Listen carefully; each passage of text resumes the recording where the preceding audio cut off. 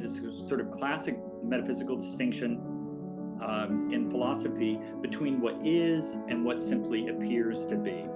And what I argue is that philosophy is this ongoing practice of interrogating reality, trying to figure out what is and separating it away from what simply appears to be.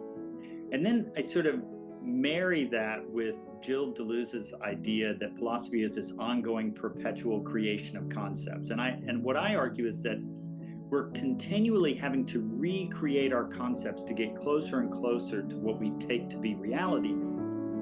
Yeah, so metaphysical dignity designates this universal feature or quality of a human being that would be universally shared by all human beings.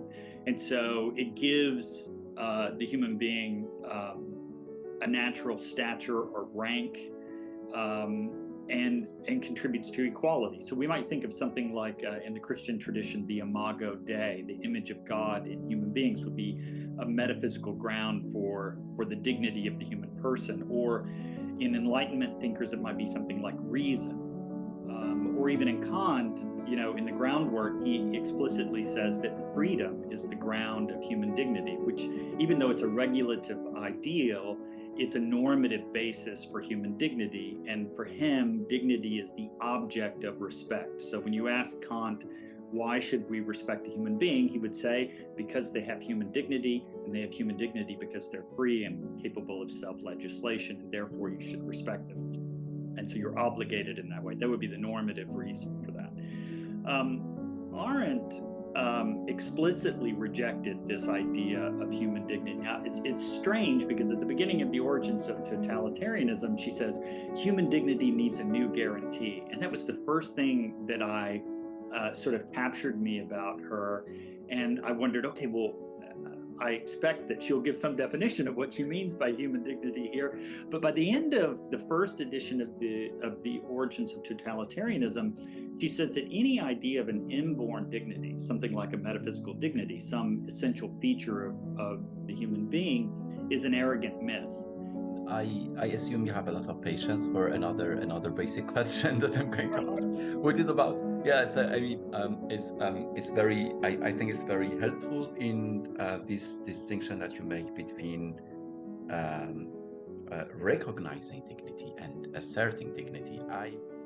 Although the same Arendt doesn't really quite, as far as I know, explain the difference between these two kinds of Gehörigkeit, these two kinds of belonging. Obviously, the former, namely belonging to a community, Volkszugehörigkeit, is how you feel in a society, this affective dimension of belonging, whereas the latter is more your rights. You have this right, you're entitled. When she reads other thinkers, say, Montesquieu or Aristotle or others, she is allowing herself to be moved by these people. She also, she criticized people. She makes, corrections in Kant as if, she wants to make some conceptual clarifications in his work, but she's still allowing herself to be moved by them. And I think that's the real key to politics for her. Like, can I enter a conversation with another human being and listen to them without compromising my own perspective, right? Not conforming to whatever they say, but can I listen to them in a genuine openness and be illuminated sometimes by them? And she points this out in the lectures on Kant's third critique, where she